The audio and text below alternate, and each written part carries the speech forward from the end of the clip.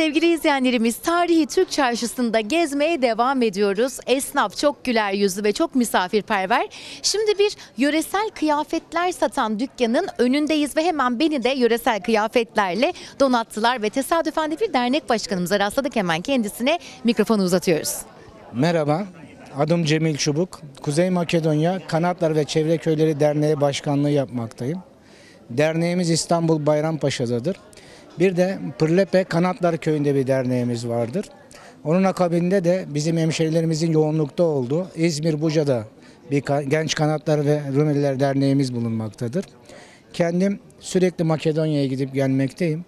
Buradaki soydaşlarımızı, buradaki hemşerilerimizi sık sık ziyarette bulunmaktayım. Doğu Makedonya'dan batısına kadar nerede bir Türk var, nerede bir Yörük var, yanlarına gidip dertlerini dinlemekteyiz. Dernek olarak da her yıl 6 Mayıs, 3 Mayıs ile 6 Mayıs tarihleri arasında geleneksel olarak Hıdırlez etkinliği düzenlemekteyiz. Her yıl düzenlediğimiz etkinlikte hemşerilerimize kültürel olarak, eğitim olarak ne yapabiliriz, eksiklikleri nedir diye onlarla uğraşmaktayız.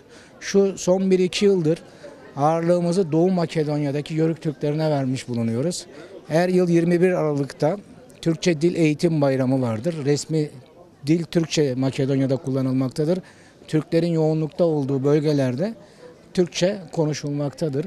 Biz de Yörük hemşerilerimizin eksikleri, ihtiyacı olduğu şeyleri, gerek maddi gerek manevi elimizden ne geliyorsa 26 yıldır bunun severek aşk ile elimizden gelen bütün kolaylıkları, bütün yardımları yapmaya çalışıyoruz.